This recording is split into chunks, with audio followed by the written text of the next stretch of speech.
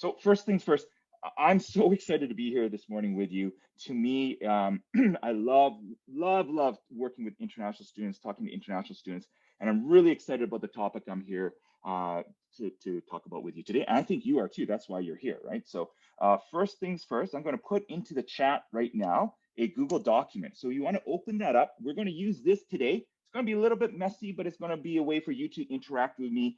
And then there's going to be more ideas than you need today. Our goal is for you to walk away today feeling a little bit motivated and excited to test out something new. How can I do something different moving forward? So we're going to look at that. So again, if you want to go into the chat there and open up that Google Doc, and I'm going to share my screen. So if you don't want to like look at the Google Doc while I'm doing it, you'll see my screen shared. So we'll be doing that as we go. So here we go. So first things first, the Launch a Career in Canada series. It's an annual networking experience, which is dedicated to the career development of UBC international students. And each year, Launch a Career in Canada provides opportunities for students such as yourself to connect with alumni, right? There's lots of panels who were once international students and learn from their experience establishing their career. You know, in career, we say you can't be what you can't see. So there's real value hearing that story. And the series events all week. It's an opportunity for you to hear from alumni and panel events, connect and network with industry professionals, discover how to navigate work and research opportunities, develop job skills, and then also learn from alumni how they transition from UBC to the Canadian workplace. So we hope that you find a lot of value from these events, a wonderful slate of events. And I'm, again, very happy that you're here today. I know that for you to choose to come here on a Vancouver morning means quite a bit. So I appreciate that. What I'm going to do here is you're going to see that there's going to be opportunities for you to like kind of write and type. You'll see that in the green. And again, it'll be a bit messy because we have approximately how many people on this call right now? We have about 53 of you, so that's great. So what I'm going to do is, oh, there's someone in the chat there. Yes, and if you haven't done that yet, there's also the attendance here, which is the same thing, or you can even scan it with your phone there, and we really appreciate that. Thank you, Monica, again, for repeating that. And again, the attendance link is in the header of this document as well. So please, please, please fill that out. So what I would like you to do is jump down to this opening activity. And again, just recognize again that we're UBC connected here. I just want to, again, the parameters for this webinar today is thinking about how we can be respectful to this community. If you delete something, don't panic, just undo. And then at the end of the session, remember, you can hit make a copy and you'll be able to save this for future reference because again, there's going to be more ideas than you need today. We're going to cover a few because that's all we have time for. So one thing I'm going to get you to just to kind of get your fingers moving here is, can you just let me know what actions have you taken towards practicing networking? So I have a double column here. So you can just select a row and there's probably more spillover on the second page there. And if you agree with someone, if you want to just wait and sit back, you can put a +1 down and then +2 and add to that total. So I'm going to be quiet for about 30 seconds and just let you populate a space here. And I just want to see kind of what you've done. And listen, some of you are like, oh, I've never networked before. I'm going to argue against that. You have networked. It might not be in the ways that you think it is. So I just want you to consider, again, even small steps, okay? Small little actions you've taken. It doesn't have to be big. Let's see what we have so far, because some of you are probably really good at networking too.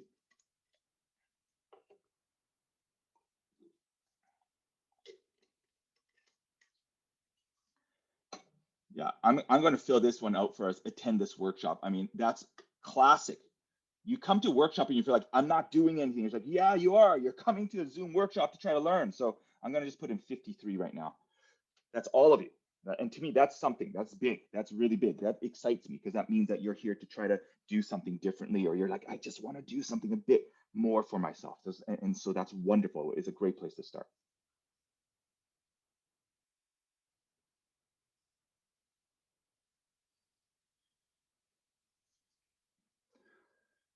Give you a couple more seconds. If you're hesitating, listen, you don't need to be perfect today. We're just drafting. This is a safe place for you to put in some ideas. So don't worry, right? It's all anonymous here. So I really believe in the power of like being explicit, not just holding it in your head. So just try as best as you can just to type out something or even to put a +1. That's showing your kind of explicit intention and commitment to like what you are doing. I'm going to peruse a couple here and some of the popular ones already. Yeah, people, LinkedIn profile does a very popular one, which is, of course, what we'll talk about today for the online stuff.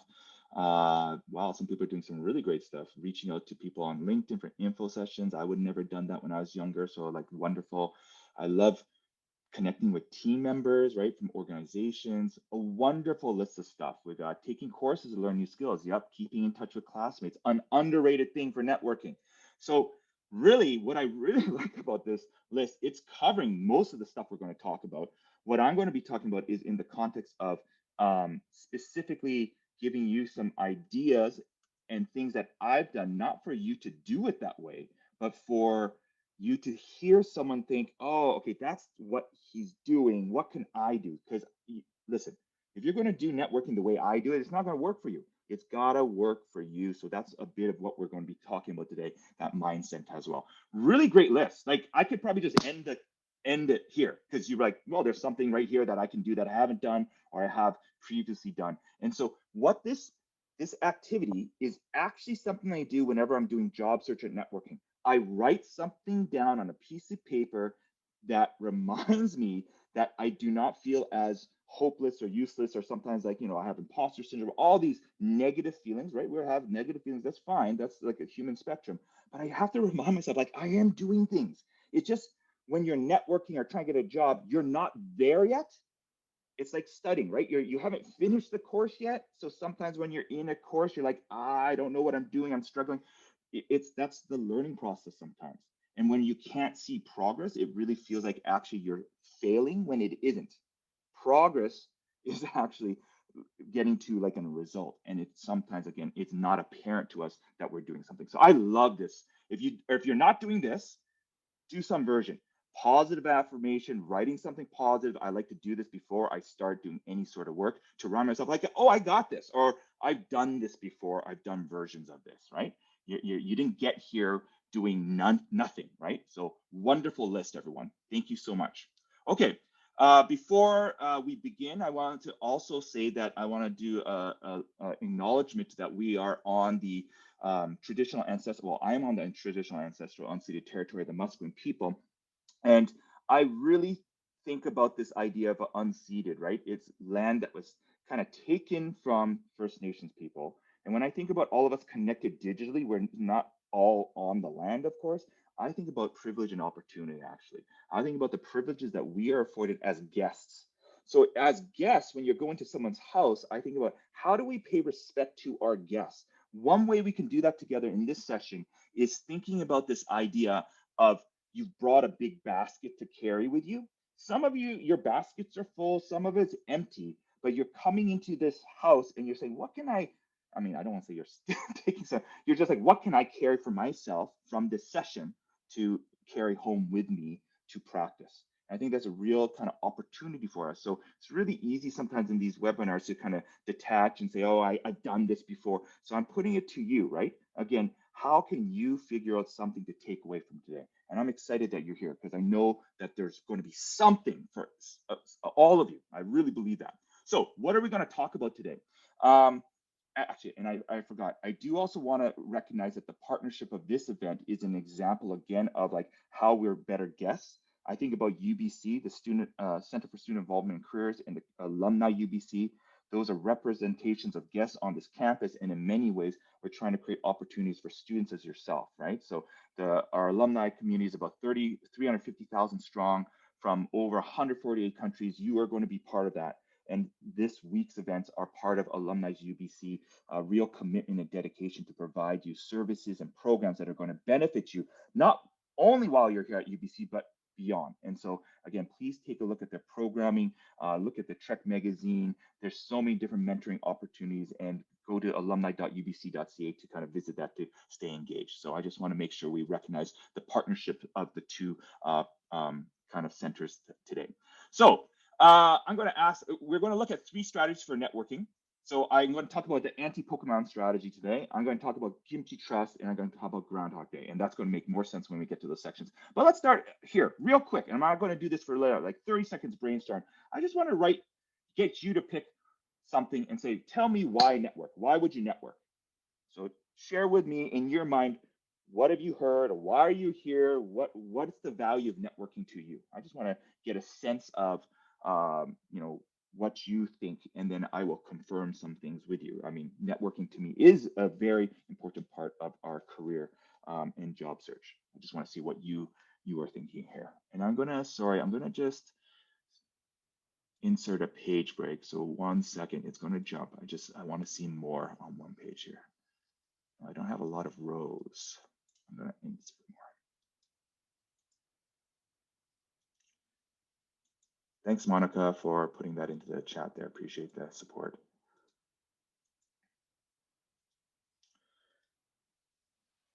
Yeah, and you can like just hang back to if you don't want to jump in right away and see what we have. Yeah, form connection so it isn't cold. Yeah, that's a great start. You know what's so awesome? You like all of your very like well spoken with career language. Like this is language that I was not using in my first, second, third, fourth year, my master's degree even. So I love that obviously some of you are really been embedded with career. This is wonderful and inspiring for me as a career educator to see. Increased chances, yes, to get better jobs, understand employees' values. What wonderful things that you're thinking about, and which, you know, many people many years ago would just think about like, I want money or I need a job, and look at all these different things that you're actually thinking about. Hidden job market, yes, totally. And we'll talk a bit about that today. Okay. I'm going to let you continue putting this, fill this in. And I do want to address one thing. I do want to acknowledge, and I'm not going to be able to fully address it today, but I do want to acknowledge that to me, networking also, we have to understand implicit, there's like systematic things involved because there's power structures involved. Like typically when you have someone with something, they have information or they have connections, right? So back in the day, there was this idea of like the stereotype of the country club, where if you're a part of this membership or if you're part of this kind of, you know, these, you know, access to people, that's to me like a power dynamic. So I really want to acknowledge that for networking, I do want you to be aware that the power dynamics are in play. They are shifting, but they still exist, right? Because you are trying to get time from someone or you're trying to get some access to information, and people can wield that power sometimes for themselves. And I do want to acknowledge again, when I think about myself as a male and I'm older, when I think about younger, let's say I think about my daughter growing up and women, that those power structures and networking, sometimes people will actually misuse them. And I do want to acknowledge again that there's systematic racism in our systems. The very fact that this session, I'm going to be talking about networking from a North American lens, whatever that means. Again, I think about my, you know, just even my parents who were, when they first moved here from Korea, just again, how they were viewed with their accent and how that even affects networking. So there's a lot in play here, but I do want to focus on how you can act and how you can be positive and how you can find a way through networking, because you can, but it's not easy. Okay. And I do want to acknowledge that. I love all these perspectives and thank you so much for sharing them. So let's get into actually some ideas now. Okay. So part of it is I'm going to go over three things. I'm going to highlight three ideas within each section. And there's going to be a list of other ideas that will hopefully land for some of you. And then at the end of the session, I might be able to expand on a few things again, because I'm not going to be able to cover everything in the time allotted. All right. So let's go with this. The anti-Pokemon strategy. Like, what is this about? The phrase in Pokemon is like, gotta catch them all, right? It's like really compels you. Like, I gotta get all these Pokemon. And I want to actually argue, I think for networking, it can feel like we gotta catch them all. Like you're like, I gotta do this, I gotta do this, especially when you hear what other people are doing, or look at this list. You're like, yeah, I want that. I want all of this. And I want to share with you today, number one, I think it's actually starting with a strategy and being very specific and actually limiting your scope rather than going like, "Ooh, look at all the opportunity," because that's overwhelming. So what I want you to consider is, imagine you have a limited time, like you only have like a day, and you're allowed to connect with only one person.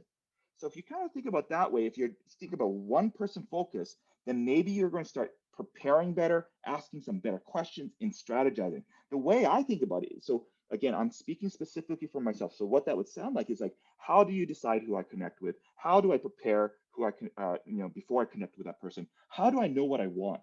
And so really, I'm developing some processes for myself before I even start maybe reaching out. Because if I'm not clear about what I am trying to do, what my intentions are, then I might not show up in the right way when I'm networking.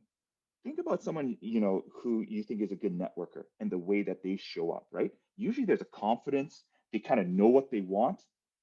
I believe a lot of us are very polite.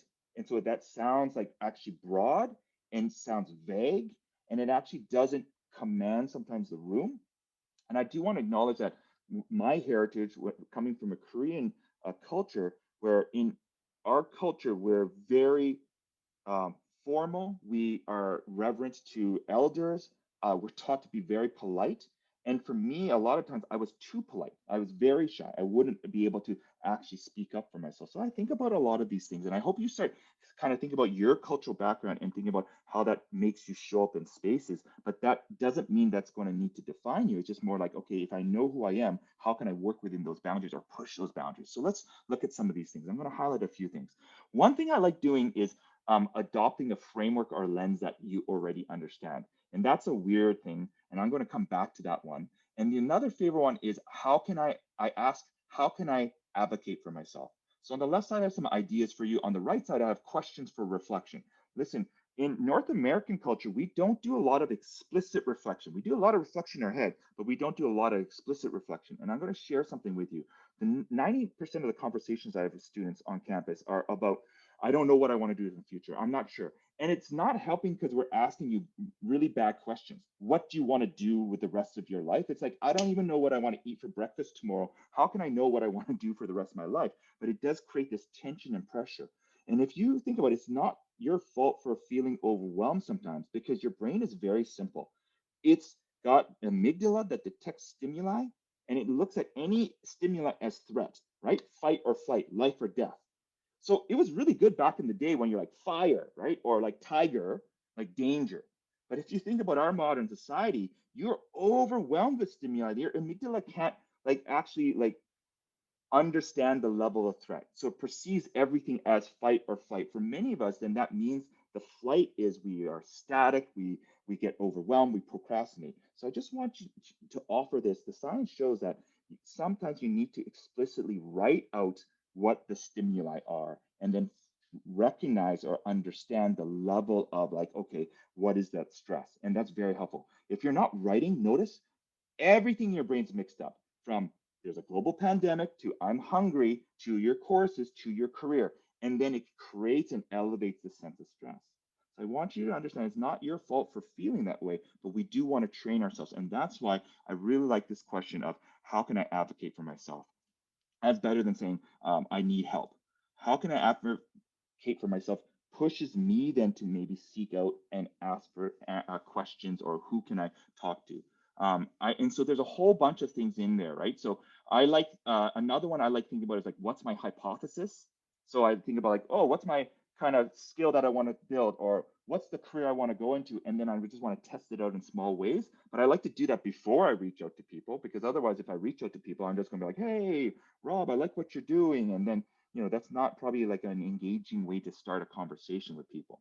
One other, my favorite is value, strengths, and interests. If you actually go through and list out your values, strengths, and interests, it actually better defines where you're at to look at where you would like to go. Notice I'm present focused action to then hopefully leads to more certainty in the future, even though things can change, right? So I want you to consider these are a lot of things that people are like, oh, that's like feelings, or I got to think about myself, or that takes time. Yes, it does. But I really have found over the years in my career, when I sit down to do some clarity about myself or strategize with intention of what I want to do. And so if you're like, I don't know what I want to do, that's okay. Make it an experiment, make it a game. Listen, if you love video games, start using networking like a video game. If you love arts, like think about how can I be creative with this? Like already draw upon your lived experiences to engage and be motivated. And listen, also, we know the research shows that when you apply your learning from another area to an unknown area, so if you're like, I don't know a lot about networking, if you apply your knowledge to an unknown area, it actually helps you make sense. It's not doesn't mean you're gonna make sense of it right away. So even making mistakes with that is okay. So I'm gonna be quiet here, and I'm gonna just let you peruse this list. Again, there's quite a bit of here, and just put a +1. And if you're wondering about any of them, you can copy and paste in the chat and say, hey, Rob, can you talk a little bit more about that? How do you not think about jobs? Great questions, Ian. You know, it's it's a weird one. It's almost like I really try to be explicit of like an intention, even though I know that really I'm trying to get a job, right? So it's like almost like you're just playing a kind of a mind game in many ways. Here's a better analogy. How do you try to write a final exam without just thinking about your mark and like, oh my goodness, I'm failing or I gotta pass, right? Like I don't know, like it's all different for us. But you know that also if you just go into the exam like I can't fail, I can't fail, I can't fail, like your test anxiety, your performance gets really poor. So in many ways, I like actually not thinking about jobs because it liberates me. I'm just like, okay, I got nothing to lose here. I'm just coming in here to curious, ask some questions, learn an insight that might help me. And down the line, it might lead to a job, but that's kind of one strategy. I shouldn't really say this out loud, but yeah, the authenticity, curious, sincere. Listen, when you approach me with authenticity, if you are gracious, if you are expressive with your admiration, those sort of things, like those are human things. Like if you think about what do I like when people say to me, if you just do that, that's a great place to start. So I love how you sum that up. Authentic, curious, and sincere. Yes. Okay. Select one that you're like, I'm interested to try this out, right? So again, +1, and what you can do is copy and paste it into your calendar to look at later. Again, you'll be able to save a copy of this for yourself at the end. So select one that you're like, yeah, you know what? I think I can try that. Or, that's weird, but let's try that out. What does that mean? And listen, you don't need to do it perfectly the first time. Great questions, Ian. Thank you.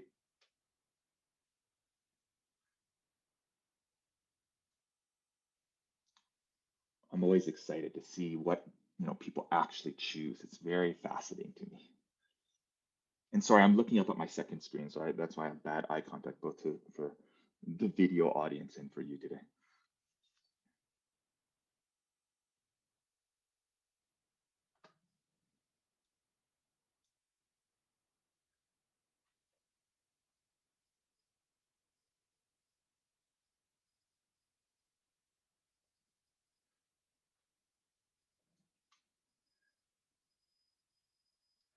As you feel this out, I'm going to be very explicit here. Networking to me is a skill. And so some of you might be like, "Oh, this looks exhausting." That's okay. So you want to figure out something small for yourself to do, right?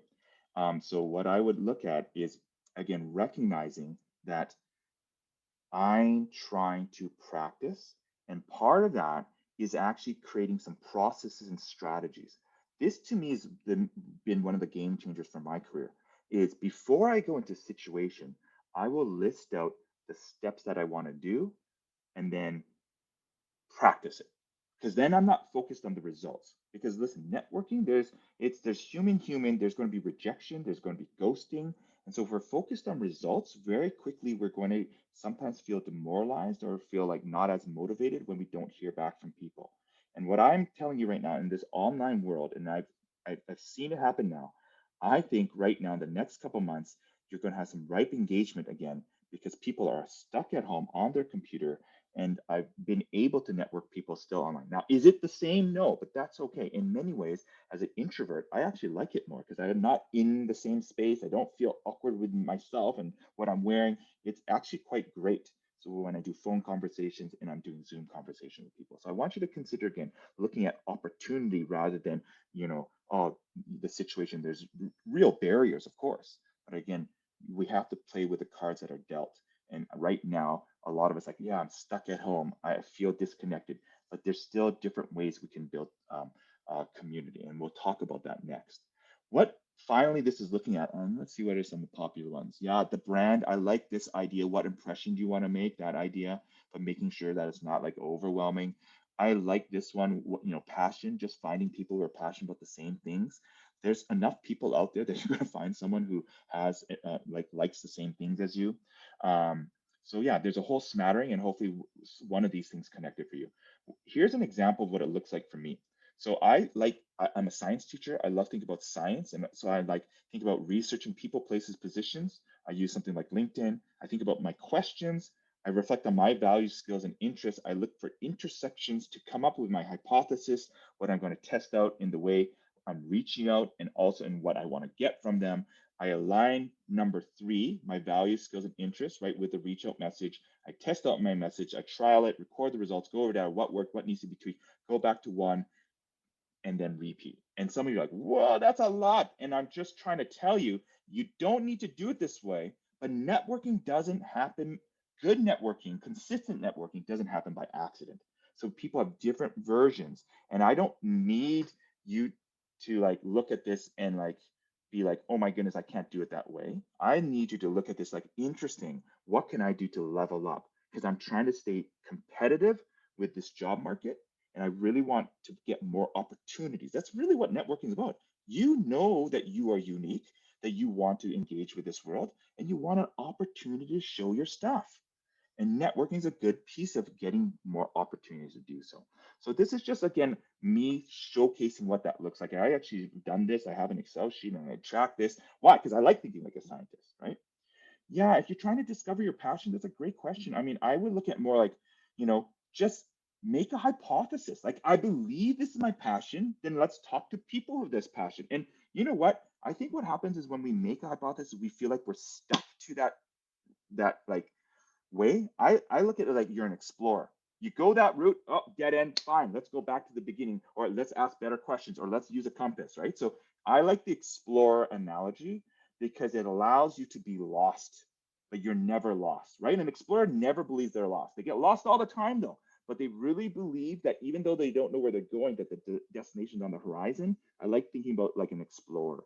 So yeah, even if you're still trying to discover it, that still doesn't mean you can't ask better questions now.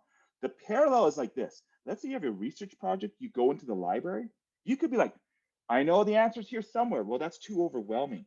So you got to start asking specific questions. Even if you're not sure what the book you need or the article you need, you can still ask better questions to dive into it. That's what you do as a student. So I would really use maybe your studies, your courses, those lenses to try to discover those passions as well. I hope that works. And I'm going to come back to the generalist thing, Cian. Can you make sure you bring that up near the end there? And I think you're right, though. It's very hard sometimes to be a generalist, and I will speak a little bit about that in the next part here. Okay, let's move to number two. Are we doing over time? Yeah. Kimchi Trust. Okay, why? What am I talking about? Really, to me, networking is about building trust. So, for kimchi is a traditional Korean side dish, fermented, salted, it's really strong, pungent smell, spicy and strong. And so I think about like Kimchi Trust, like this really strong, how do you build strong connections, right?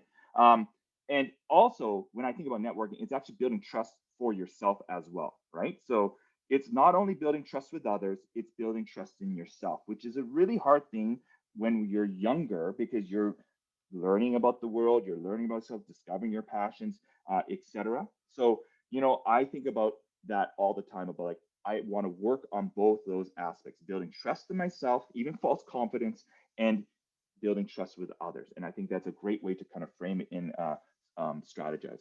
Kimchi is so strong that most Korean families, like in North America, we own two fridges. We have a kimchi fridge. It's usually in the garage. I had one in our garage growing up.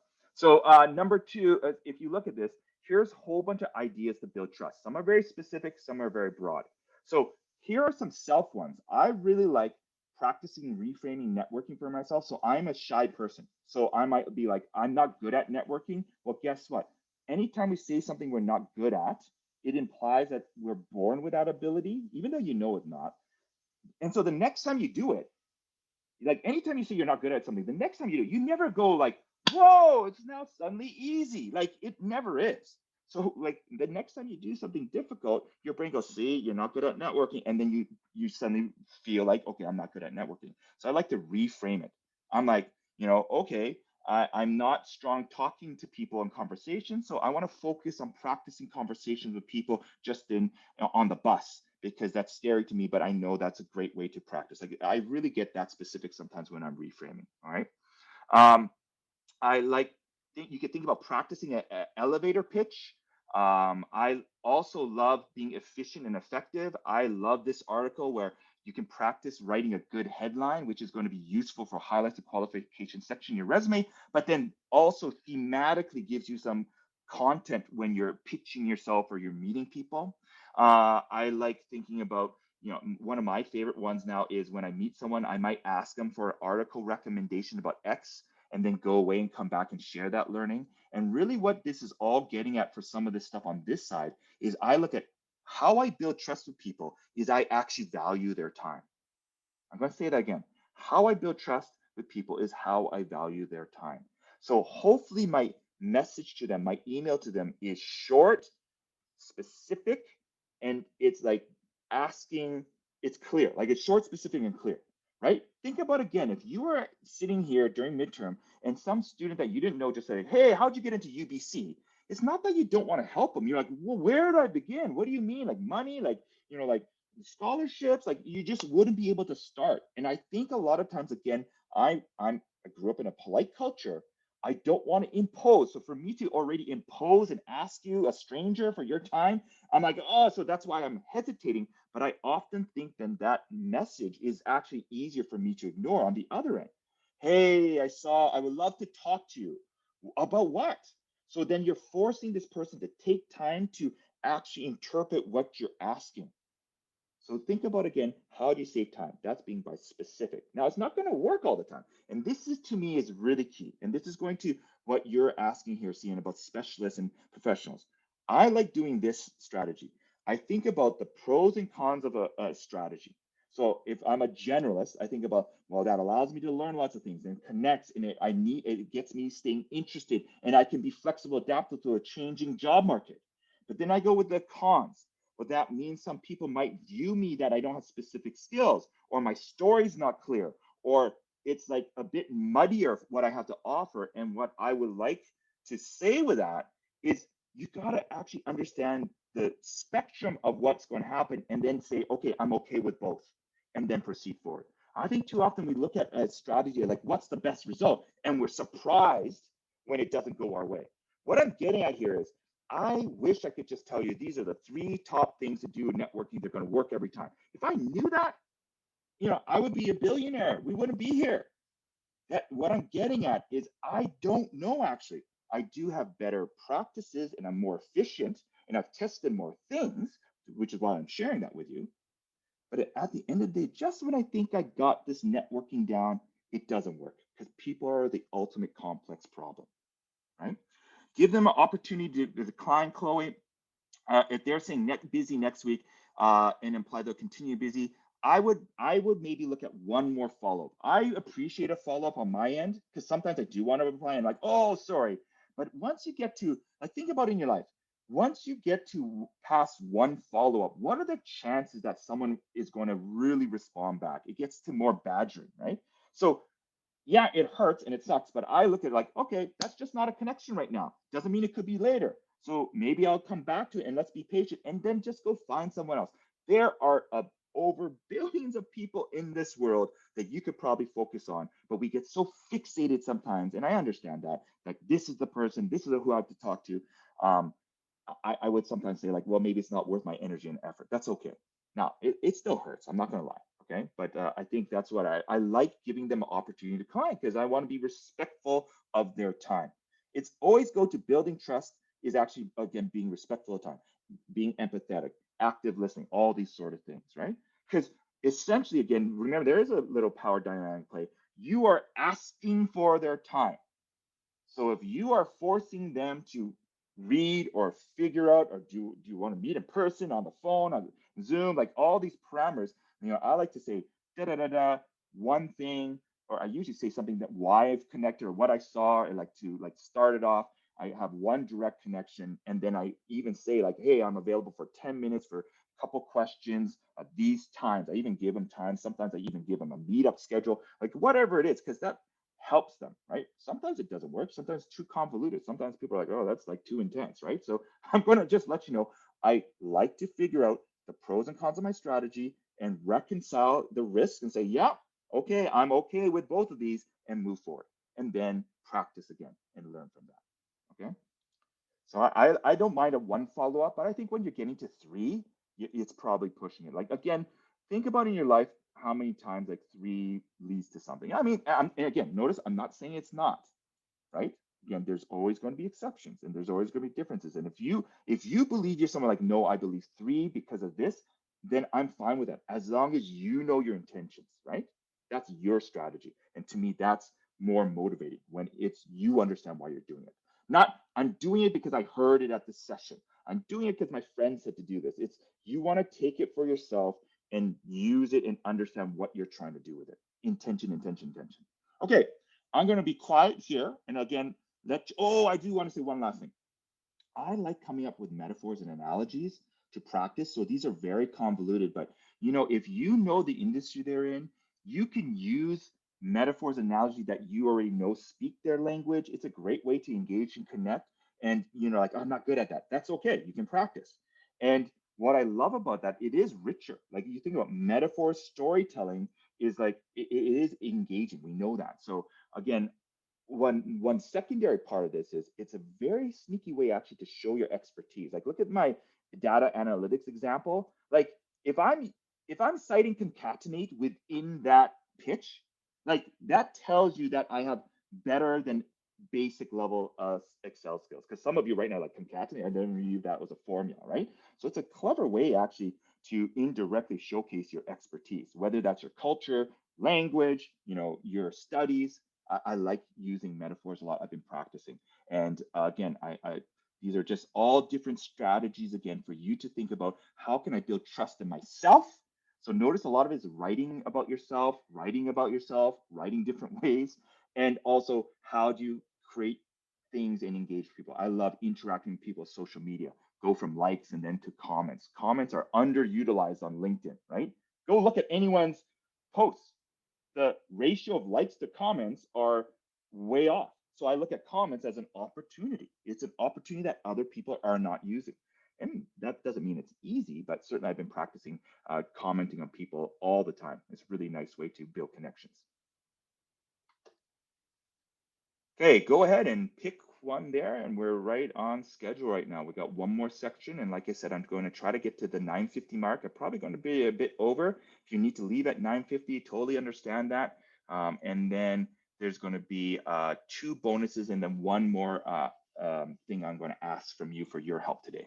So thank you so much for being in this so far.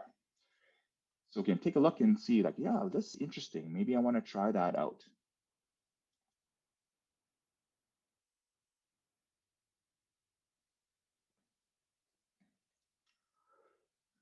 And I know some of you like it when they're not talking as you're typing, but for time's sake, I do want to also just go over this develop a three-step process.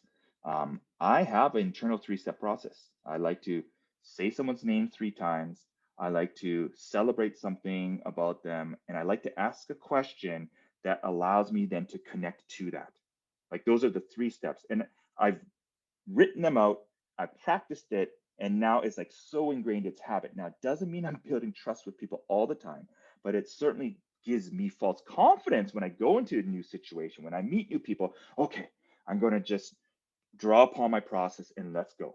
That's like you as a studier, right? In fourth year, your study skills are so different. Why? Because you practice finals exams, and all of you probably have some very strange routines for your final. Like I had a pencil, I had to have a pen, I had to have my styler stick eraser. I like all these specific things. I didn't talk to anyone for 15 minutes before. I would read an article an hour before. So I had like all these weird kind of, we call them superstitions, but those are routines and habits. People do that in music and arts all the time. It's funny though, when it comes to people, we never do that. We rarely do that. So I think about getting these patterns of habits in place to just make me feel more comfortable when I go into networking situations. Thanks, Monica, for taking care of the chat there. Appreciate it. Again, if I haven't addressed some of your chat questions, just copy and have them ready to go at the end there. So I'll try to answer them. Okay, great. Elevator pitch is a great one. Yeah, lots of different ways to think about how you build trust. build trust with yourself and others. That's why I love strength finders, for instance. Again, you get to know yourself better, et cetera, et cetera. Okay, last one, Groundhog Day. This is how I'm aging myself. I think what this movie is from like 1986, 1989. One of my favorite movies all time. The the premise of this movie is this: Bill Murray lives the same life, same day, every day, Groundhog Day. And there's a section in the movie where he starts realizing, I'm going to just practice different skills every day because I'm stuck in this day over and over. And it shows the scene where he's now an expert pianist, right? So it's very, very fascinating uh, premise. I love it. It's one of my favorite movies of all time. I don't expect you to watch it, but this is what I'm getting at here. What I look at is we can talk and think about networking all we want, but what I'm trying to always consider is how do I actually practice networking? And it doesn't need to be explicit, like I'm going to this big networking event.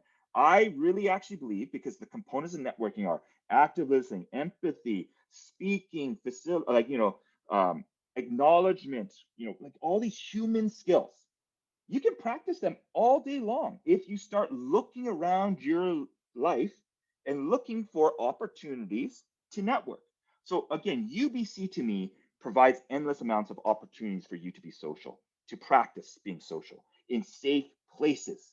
That's to me in third year when I finally realized, oh, because I wasn't involved at all. I was just studying. I was, I didn't have a huge network of friends. I was, again, very, very shy. And that's when I realized, oh, I have permission to engage with this campus in the ways that I want to, and I can seek out people that I would like to work with or or build community with. And that was very empowering. And that's why I love the motto to mess, right? It's yours. What it's saying is there's lots of places and spaces and people who are building things for you, but it's overwhelming. So unless you have an idea of what you're trying to think or explore, you don't need to have final answers. How can whatever you learn right now be the thing for the rest of your life? Your values are going to change. You're going to change after graduation too, but it's still an opportunity for you to engage. And I'm speaking again as someone who's shy. It's very hard for me to engage, and I really push myself out of boundaries. So look at this. There's easy places. Practice in safer spaces. Family, friends, professor. Go to an office hour. Go to an office hour. You know how wonderful a professor would feel if you're going there not to talk about marks? You're going there to talk about the research or something that you enjoy from the class. That's just a great way to practice, right? My sister was an expert at utilizing networking, which led to so many opportunities for her. And, she got a very good reference, which helped for her law school down the line. That wasn't her intent at the beginning, right? But that's how these things can play out sometimes. To me, networking is planting seeds. It just, you might not reap the benefits until years down the road, and you won't know what that might be either. That's again, future is uncertainty, but that's okay. You can still be present. I love thinking about joining different clubs on campus. I think about peer programs, which is the volunteer positions that are going to be up probably beginning of April, UBC 10,000 coffee. So this list, there's tons of stuff here, okay? More than what you need. And you can just start with where you're at right now. Someone put it at the very top. They said, focus on like your current network or your coworkers. Like, yeah, if you're in an organization, why not have a coffee chat, a Zoom chat with somebody else? We forget that. And here's another one. People love talking to students. They're actually not scared of you. Ironically, they should be because you're trying to steal their jobs, right? You're they like students, they empathize with students. It's actually a great time to network because they're probably like higher probability, because if you're working and suddenly you like connect, some people are like suspicious, right? The trust isn't there. So again, the alumni, UBC alumni, how can someone talk about turning things from cold to warm? Start with the alumni connection, start with the country, same country, start with I work there. Like those are ways to start building upon those networks.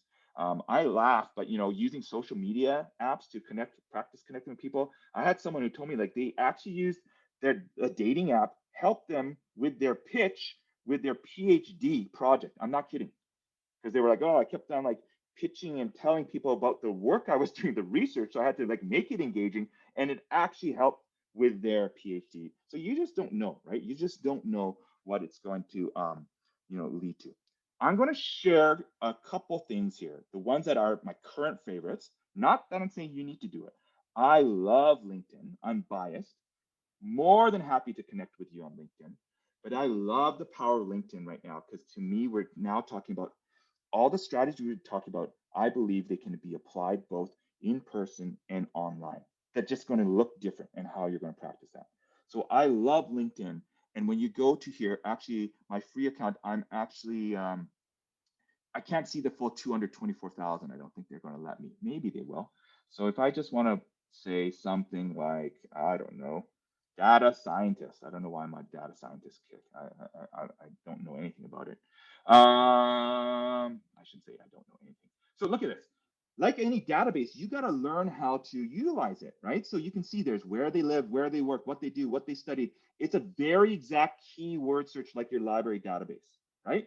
So you know how you go to library when you're first starting, you're like science, like that's not helpful. So you got to really practice using the tool, and then getting better idea of what's out there. And what I love about this is I can just start doing passive stuff as an introvert. I can start looking and saying, okay, who am I interested in, and what catches my eye? Like Trulo, I don't know what that is.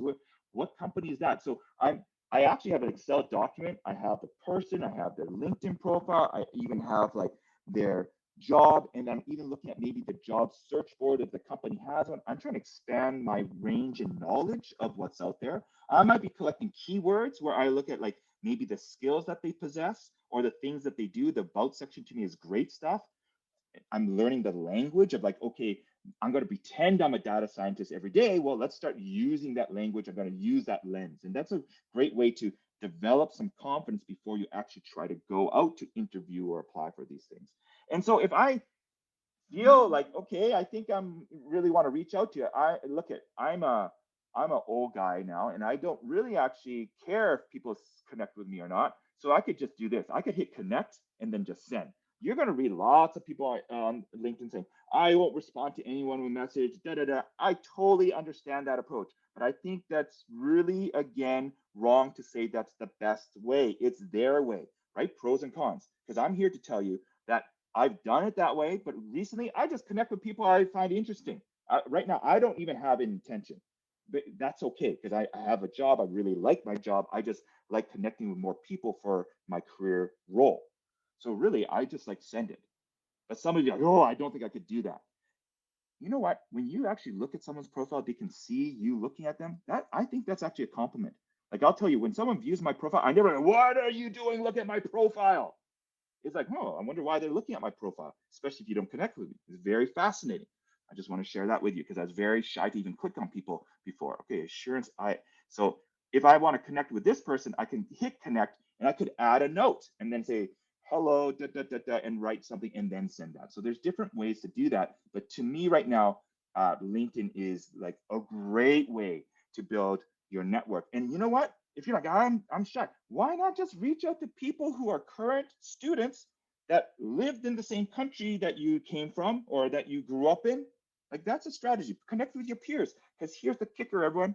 The four of my last six jobs were referrals from people I went to school with over 20 years ago at UBC. People who probably don't even know me that well. They're like literally like, hey Rob, you interested in this? Or they sent me a role or they sent me this. Four of my last six jobs were people I went to with UBC. So that's why I believe part of networking is how you build connections and show up with the people you work with right now. You can reap those benefits later on. That's how I've networked. I was shy, but I showed up really well in my job. I got along with people. I was generally viewed as very nice and helpful, and that impacted how people viewed me. And I realized that was a hidden benefit of networking for me. That's how I network. I don't need you to network the way I'm saying. You want to figure out the best way that you like to network. That's what we're getting at here. Okay, so now I'm going to let you just do a quick one here, plus one, which one you're excited to try out. And I'm over time, but I'll hit the 10 o'clock mark. I'm going to just wrap it up. If you have not joined the mentorship program, faculty specific one, please look into that next year. Wonderful way to practice. But there's lots of different ways to practice getting yourself out there. That's the essence here, whether it's online or in person.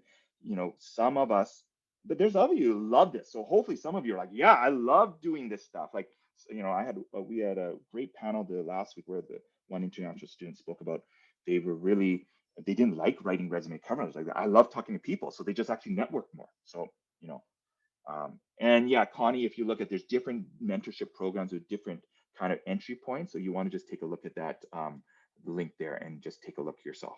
Okay. There's info there. Usually most mentorship, you sign up like, July, August, September. And again, not all programs have it. If your program doesn't have it, maybe you start kind of asking for it. But again, we also have 10,000 coffees, which is available for any UBC student. And to me, the ultimate mentorship thing is LinkedIn. I think I learn from others, I follow people, and I connect with people there. Okay, so this is the bonus. I want to just showcase, again, these are all ways that I use LinkedIn to build connections. So the easy things, like you could write a recommendation form, you can endorse someone's skills. Like I love every Friday at the end of the month, I just pick a couple random people and I endorse their skills. I'm not expecting anything back. Again, see, that's the attitude, like I'm not trying to get a job, right? You can, if I always appreciate when a student sends me a compliment, a comment on something about the webinar. Like, why wouldn't I like to hear that? And it's actually a clever way to build trust. The people who've reached out to me, I actually have a connection with them. And the next time I see them, I'll probably remember them. And I can't help look at them with in a different way, because you're building trust. Like affirmations and encouragements, like that's really actually something easy to do sometimes when you're still developing your career. And I've always had the frame of mind, if I see someone do something well within my team, I like to acknowledge and say that loud explicitly. We don't do that a lot sometimes, and you can play that. So you can think about the roles you want to play. Like, do you like celebrating other people? So I've given you a whole bunch of ideas here. And again, LinkedIn is a great way to practice right now online. It's my favorite. But Reddit, Discord, all these, TikTok too, like all these things, whatever online platform I think about, Twitch, like we see video gaming communities. I've was listening to a podcast the other day how this person actually has been marketing using a video game lens. They think of it as a gamer leveling up. I was like, that's awesome, right? They talked about they played Diablo 2 and like World of Warcraft, and that's how they view their career. I'm like, that's wicked. That's so cool. So again, it's adopting a framework that works for you, because at the end of the day, your uniqueness, that's what's really going to make you valuable, right? And it's understanding what that uniqueness could be.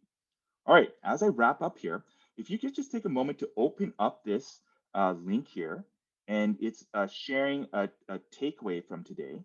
And I deleted it. Oh, no, I jumped the gun. I always do that. Page 17. Can you join me here?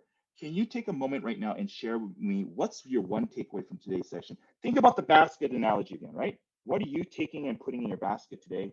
What action do you want to take today? And try to make it small and specific.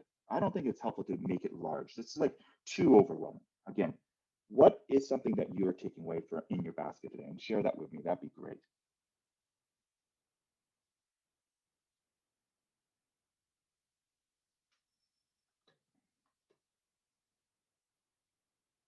And Connie, if you save a copy of this document, again, the links are all in there as well. So you can just do Control F mentorship and you'll be able to find it. And at the bottom of this document, everyone, there's tons of more resources, like more than you need, right? Our career advising team, we have drop-in advising, we have more webinars and workshops. And so you'll see a ton of links down below. Oh, this is so nice to see everyone. This is very, very inspiring. It's very human. And it's just, again, acknowledging that you're trying here, right? Yeah, a mentorship program, it's a way to connect with typically industry members or alumni, depending on the program. But I love it because it's a way to, like, again, the program is, they connect you with someone else, and then you have to do like meet up with them or sometimes do an activity with them. It depends on program to program, but it's basically a structured kind of networking thing for you. So, I help run the LFS mentorship. We actually get them to practice informational interviews. They actually have, they've been meeting on Zoom a couple times in a term. There is a commitment. It's usually a year long, but again, yes, it's for current students majority. But again, 10,000 coffees is available for alumni. And I saw a glance, I saw someone say we should create a group. I love that idea, whoever said that. I think that's so good. If you got a group of you to practice, and you can make a LinkedIn private group and just practice networking with each other and share ideas, right? That's great. So I hope that helps them. Okay, Great. This is wonderful.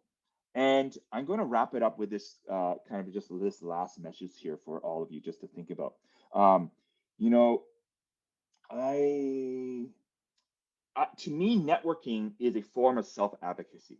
So I never advocated for myself when I did 3 degrees at university because I just thought, oh, I'll figure it out on my own. So I want you to again think about networking is a form of self advocacy. It's like you're looking at who can maybe help or make my journey a little bit easier. They're not going to do it for me, but what can I do to kind of like get ahead or get some new ideas. So, after my education degree, I decided to go teach English in Korea, in Seoul, Korea, for about a year. And 3 months in, I was very homesick. I wanted to quit. I was frustrated. I was feeling terrible. My Korean was really terrible. I was really embarrassed speaking. I was shy. I became withdrawn. And I really wanted to just leave. And at that point, I was like, I had to reframe things for myself. I had to remember explicitly the reasons why I chose to move there. And what I was missing by just looking at all the ways that I wasn't feeling comfortable, I was missing out on opportunities. And I hope that's speaking to a lot of you as international students. You live that idea of transitioning somewhere to somewhere new. And I actually believe all of you are actually really good at advocating for yourself because you have to do that when you go to a new place, a new environment, especially if you don't have resources and family there. So what I also realized is by focusing on opportunities, that meant I had to push myself a little bit out of my comfort zone because it was going to be new. But if I hadn't done that after that 3 months, I would have, if I quit there, I would have missed out so much. The food, understanding the culture. Sorry, I'm getting a little emotional. Seeing my grandfather for one last time. He passed away after I left Korea, and that was a real gift that I would have lost. Or actually realizing with more clarity what my parents did or what they were doing when they moved to Canada for to give myself and my sister better opportunities. And I know all of you have specific reasons for coming to UBC, but it sometimes gets clouded or you forget those reasons because you're dealing with the day-to-day stresses and all the things that you're grappling with. So I want you to again realize for yourself, remember why you chose to come to UBC. Recognize that networking is an opportunity there that's there for you, but it's you got to take it. And that's again, I'm not dismissing the real challenges you're facing, but hope is a powerful thing to me. Practicing networking gives us hope. And I hope you can push yourself a little by little to put yourself into new places to learn something from the baskets that you have and take action on it today. And so I really want to encourage you. And yeah, you're where you need to be right now. That's okay. Just keep on looking at what you would like to do differently moving forward. So I hope you can really, really hear that message today because I find you all very inspiring what you're doing and your journeys to be where you are right now to me are just like wonderful. You've already done the hardest thing in my mind, right? Like moving somewhere, going to another place, and studying at the highest level possible, like in a second language. Like to me, what like networking is actually not as scary. So I want to encourage all of you with trying to do something from this thing. Okay, I'm done.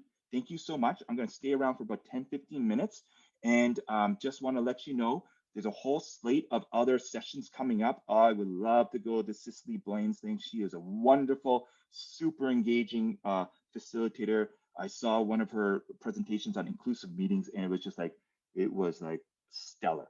And then there's a whole bunch of other resources here. Now's the time you want to make a copy for yourself. My name is Rob Kim again. My email is rob.kim@ubc.ca. Connect with me there, LinkedIn. If you have questions or you want to talk to me, please make it specific. And thank you so much again for this opportunity and privilege to connect with all of you today. I wish you best of luck as you move forward in the rest of the term.